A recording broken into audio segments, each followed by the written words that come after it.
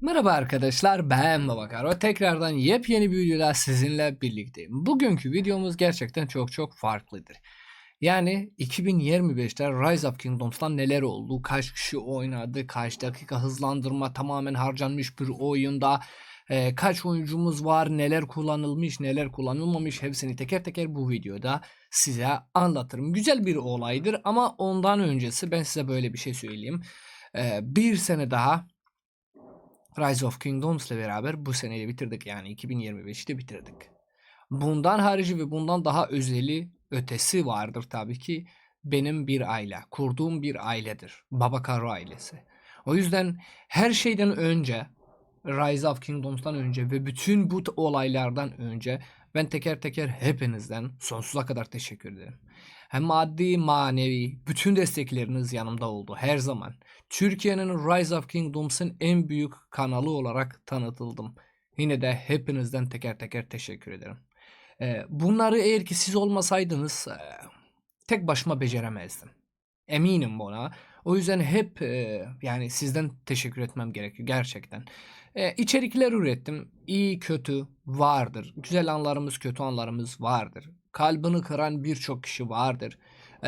Kalbini kırmayan birçok kişi de vardır aynı şekilde. Çok bilmiyorum, belki birçok kişi bana bunu söylüyordu. Çok absürt hareketler yapıyorsun bu tarz şeylerden falan. Ancak bunu bir yılın sonuna ben böyle bir cevap vermek istiyorum. Ben bir içerik üreticiyim arkadaşlar. Ve bu bir hayatımın bir parçası olmuş. Yani sadece bir Rise of Kingdoms değil, bir içerik üretici burada benim amacım sizi güldürmek, sizi eğlendirmektir. Birçok kişi ağır ol diyor ya, herhangi bir şey. Bu benim. Gerçek karo bu. Yani bilmiyorum beklentileriniz nelermiş, neler değilmiş ama bu gerçek bir karodur. Dürüstüm. Her zaman böyle oldum. Böyle değilim. Bir şey istiyorsam direkt söylüyorum. Bir şey istemiyorsam hiçbir zaman söylemiyorum. Ve bütün kötü yönlerim ve bir iyi yönlerim birçok arkadaşları elde ettim. Yani isim söylemiyorum çünkü isim söylesem bitmiyor. Söyleye söyleye bitmiyor. Hepinizden teşekkür ederim. Biliyorsunuz benim bir defterim vardır ve bu defter benim için çok önemli. Arka planda herkesin bir sözü vardır o defterde. Ve 2021'in sonuna kadar, yani sonundan beri şu ana kadar hep yanımda oldunuz.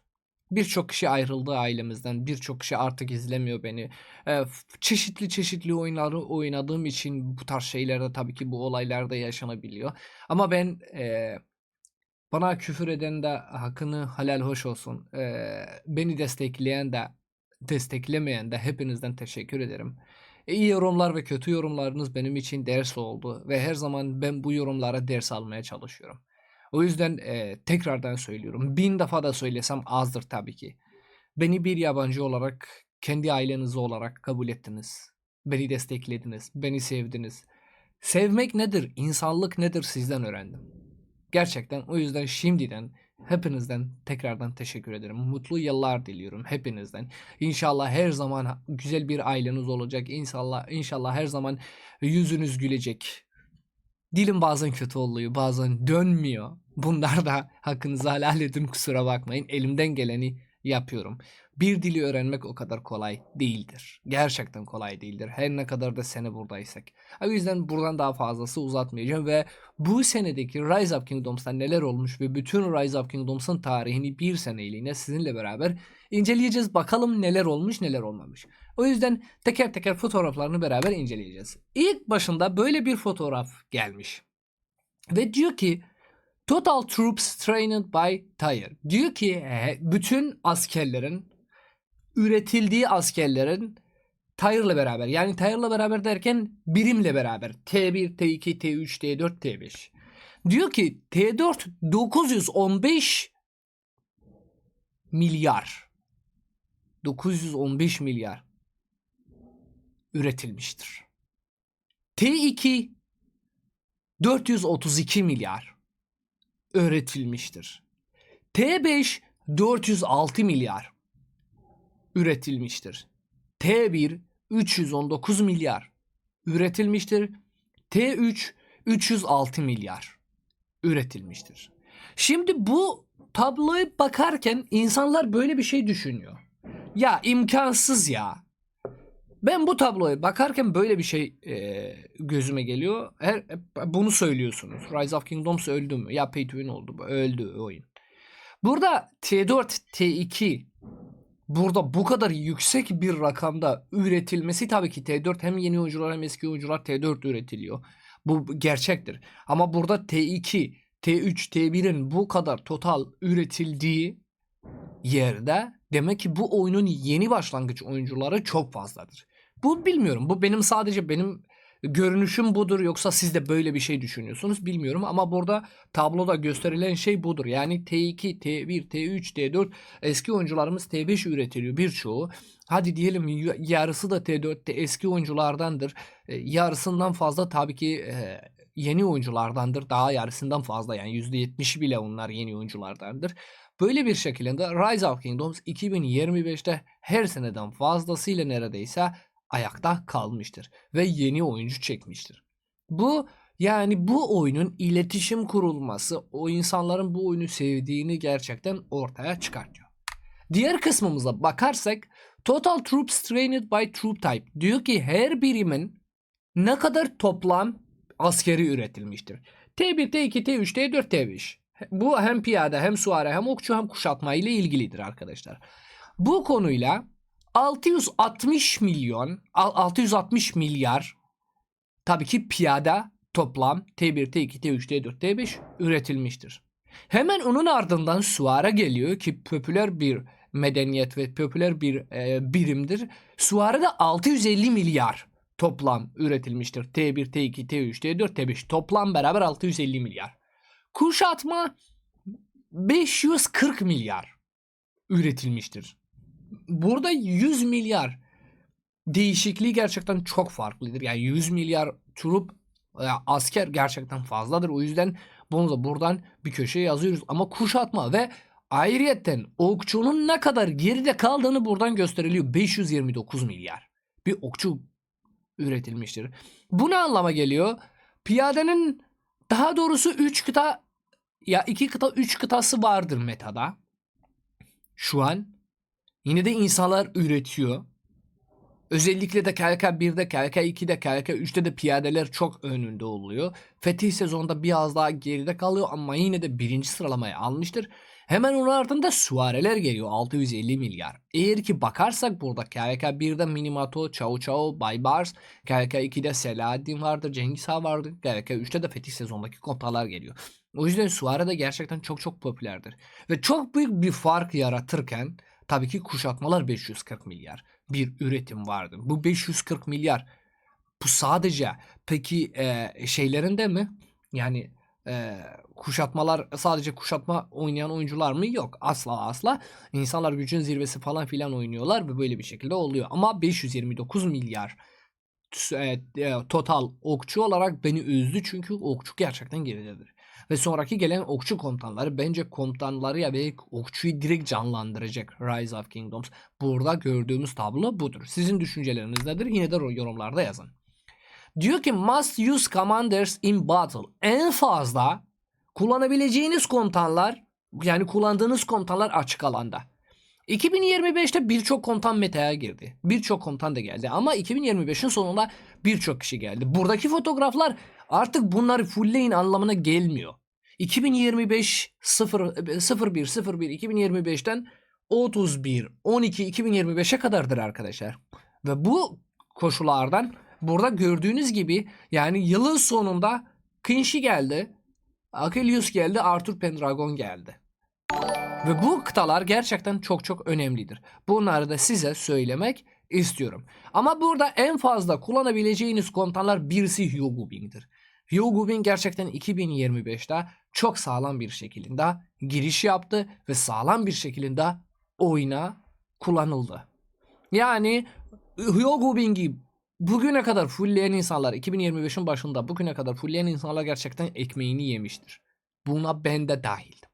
İkinci sırada direkt Liu Che'dedir. Zaten 2025'te Liu Che en fazla kullanabileceği bir komutandır. Çünkü gerçekten alan hasarı ve darbe hasarı ile piyadeyi bambaşka bir dünyaya götürdü ve Liu Che de burada yine de piyadelerden yer alıyor. Üçüncü komutanımız Zhuge Liang'dır. Yani okçulardan şu an kıyışı niye yok? Çünkü ikinci 2025'in sonuna geldi. 2025 sonuna bugüne kadar yani bu kadar insan o kadar sık bir şekilde kullanmamış. O yüzden Zhuge Liang buradadır. Ve Zhuge Liang'ı şu an 3. sıralamayı almıştır. 2025'in ortasında direkt ByQ geldi. Ve ByQ geldiğinden beri yine de kendisi bu sıralamada yer aldırdı. Yani ilk 5'e giren bir komutan. Geç gelen ve hızlı giren bir komutan demek ki popüler bir komutandır. Ve ByQ de burada piyadeler olarak yeri almıştır. Ve süvarilerden ikinci komutanı Alexander Nevsky. Alexander Nevsky'ye tabii ki mekanı cennet olsun çünkü artık Alexander Nevsky tamamen metadan düştü. Süvariler hiçbir şekilde bu komutanı kullanamıyor. Çünkü çok eski ve artık eski gücü yok. Çünkü onun ardından Arthur Pendragon ve Achilles geldi. O yüzden arkadaşlar buradaki tablodan sadece eğer ki iki komutanı fullleyebilecek bir potansiyeldesiniz ki bunu yine de önermem. Bay Lioche'dir. Yani piyadenin tek metaktası burada yer alıyor. Ama diğer komutanlar hepsini yerleri değiştirilmiştir. Yani Zhuge Liang yerini Qinshi'ye verecek. Arthur Pendragon Hyo Gubing yerini Achilleus'a verecek. Eminim buna. Ya Arthur Pendragon'a verecek. Alexander Nevsky de tabii ki yerini ya Arthur Pendragon ya Achilleus. Yani 2026'da buradaki yer değiştirilen şeyler Achilleus ve Arthur Pendragon olacak. Piyadede yeni gelen komutanı olacak. Bu arada Zhuge Liang da tabii ki sonraki senede yerini büyük ihtimal Qinshi'ye verecek. Çünkü Qinshi gerçekten bozuk bir komutandır.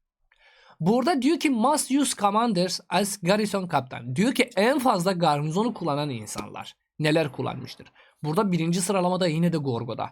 Zaten piyadenin olmazsa olmazı garnizonudur. Piyadenin garnizonu gerçekten mükemmelin ötesidir. O yüzden Gorgo yerini almıştır. İkinci komutan olarak burada yine de piyadelerden Santuz'u alıyor. Santuz'u niye bu sıralamadan? Size söyleyeyim. Yeni oyuncular. Rise of Kingdoms ne kadar eski oyuncular oyunda sıkılırsa o kadar daha fazlasıyla yeni oyuncular geliyor. Ve burada Santuz'u o yüzden ikinci yeri almıştır 2025'te. Demek ki bu oyun hala da popüler, hala da çok fazlasıyla yeni oyuncu çekiyor. Üçüncü sıralamayı Eleanor almış. Suarelerin garnizonu. Eleanor Osiris Lig'de ve birçok garnizonda iş yaptı. O yüzden 3. sıralamayı almıştır. Yine de 4. sıralama Charles Martel. Charles Martel burada yine de yeni oyuncuları tabii ki iltihap ediyor ve diyor ki ben hala buradayım. 2018'den beri buradayım. Hala da burada olacağım. Yıllar daha burada olacağım. Piros geldi üzerine sezon 1'de ve hala da Martel garnizonun en iyi komutanlardan birisidir. Ve 5.'si de Cao Cao'dur. Cao Cao niye yer almıştır burada çok basittir. Yeni oyuncular. Yeni oyuncuların sayesinde Cao Cao da burada yeri almıştır. Çünkü oyuncular garnizon, yeni oyuncular özellikle garnizon nedir bilmezler. Şehire nasıl garnizon koyacakları bilmezler. Ve bunlar önemlidir. O yüzden Cao Cao otomatik olarak yani orada yer aldığı için Cao Cao buradadır. En hızlı elde edebileceğiniz bir altın efsanevi komutandan bahsediyoruz. Cao Cao oluyor. Ve o yüzden ilk garnizonlar da bunlar tutuluyor ve orada kalıyor. Hızlı bir şekilde 5-1-1-1 oluyor. İnsanlar bunu çok güçlü zannediyor. Garnizona koyacaklar. Ama son görüşümüz böyle. Piyade her zaman yerinde ağırdır. Yani garnizonda. Ve burada direkt emektar garnizondur. Burada direkt diyor ki en fazla kullanabileceğiniz komutanlar rally kaptanlar için. Buradaki Attila. Attila yıllardır ralliler için gerçekten metadadır. Bir arada düştü, tekrardan geri döndü. Düştü, geri döndü. Düştü, geri döndü. Bu komutan vazgeçilmez bir komutandır. Sadece ralliler için. Bir oyuncu açık alanda bunu kullanıyorsa bu tamamen bir yanlıştır. Asla ve asla yapmayın. Ama süvarilerin rally liderleri gerçekten çok güçlüdür. Özellikle mesela burada Attila Subutay. Çok sağlam bir şekilde bir rally lideridir. İkincisi yine de aynı şekilde piyadeler her ne kadar garnizonda da güçlü olsa burada rally'de de güçlüdür. Ve burada Scipio Africanus Prime burada rally'lerden en fazla kullanabileceğiniz komutanların yerinde 2. sıralamayı aldı. Demek ki piyade hala metada, hala en güçlü birimlerden birisidir arkadaşlar. O yüzden burada 2. sıralamayı Scipio Africanus'a vermişler. 3. sıralamada Ashurbanipal. Ashurbanipal eski bir komutandır, okçudur tabii ki. Ashurbanipal kesinlikle yer alıyor. Sağlam bir hasar ve suarlanmayan bir şekilde. Ama burada 2025'tedir çünkü ondan sonrası Shapur geldi ve direkt Ashurbanipal'ı neredeyse ikinci yıl olarak çevrildi arkadaşlar. Shapur olmazsa olmazdır Okşu'da şu an ralliler için. Dördüncü sıralamamız yine de Minamoto no Yoshinite. Yani en popüler komutandan bu oyunda Minamoto diyebiliriz arkadaşlar. Yeni oyuncular böyle bir şekilde bir sıralamaya yer aldırdı bu komutanı. Ve Minamoto da 4. sıralamada yer almıştır. Çünkü bu oyunun yeni oyuncuları çok fazladır arkadaşlar. Ve KK1'de 2'de Minamoto'nun rallileri fazlasıyla görüyoruz. O yüzden kesinlikle sadece yani sezon 1'deki kullanılan bir oyuncular burada Minamoto'dur. Burada yerini almıştır. Birçok fetih sezonun komutanları, birçok fetih sezonun hesapları aslında Minamoto'yu fulldür. Minamoto Cao Cao hızlı bir şekilde, sağlam bir şekilde barbar kaleleri de kesiyorlar. O yüzden en fazla kullanabilecek hem rallilerden yani genel olarak günde herkes barbar kalesi kesiyor. O yüzden Minamoto buradan yer almıştır. Ve en sonu Alexander Nevsky. Üzüldüm ama artık Alexander Nevsky diye bir şey kalmadı. Ve burada gördüğünüz gibi yine de 5. sıralamaya almış Alexander Nevsky ve çok emektar bir komutan olarak artık köşeye çekildi. Ve 2026'da hiçbir şekilde biz Nevsky'yi buradan göremiyoruz. Belki 2026'da birçok komutanı buradan göremiyoruz artık ve yeni komutanlar olacak. Belki sadece Minamoto Santosu Martel görebiliyoruz tekrardan. Belki sadece tekrardan mesela 1x2 görebiliyoruz ve Kınş'ı görebiliyoruz. Başka bir komutan buradan göremiyoruz. Ve sonuç olarak total bu oyunda 814 milyon gün hızlandırma kullanılmıştır. Asker üretimi, hızlandırma, inşa, bina, araştırma, iyileştirme ile beraber 814 milyon gün bir hızlandırma harcanmıştır. Ve bir kısmı da Krakenler. Örnek Messerhoop, Willion, BTC Cyborg, ne bileyim Ahmet Aziz, Baba TC bu tarz oyuncular bu hızlandırmaların bir kısmı fazlasıyla kullanılmıştır. Ve total olarak bu oyuncuların yani bütün oyuncuların ne kadar bu oyunda oynamışlar 2025'te burada 81 milyon yani 82 milyon dakika insanlar bu oyunda zaman harcamış total olarak. 82 milyon dakika hiç az ve buz bir şey değildir arkadaşlar. Çok sağlamdır. Ve bu da Rise of Kingdoms'ın 2025'in tüm hatıraları ve tüm da zamanları. Umarım bu videoyu beğenmişsiniz arkadaşlar. Bu tarz videoları istiyorsun kesinlikle beğeni atmayı ve abone olmayı asla ve asla unutmayın. İzlediğiniz için çok teşekkür ederim. Tekrardan yeni yılınız kutlu olsun. Umarım hep güzel bir hayat geçiriyorsunuz. Kendinize çok iyi bakın. Görüşmek üzere. Hoşçakalın. Bay bay.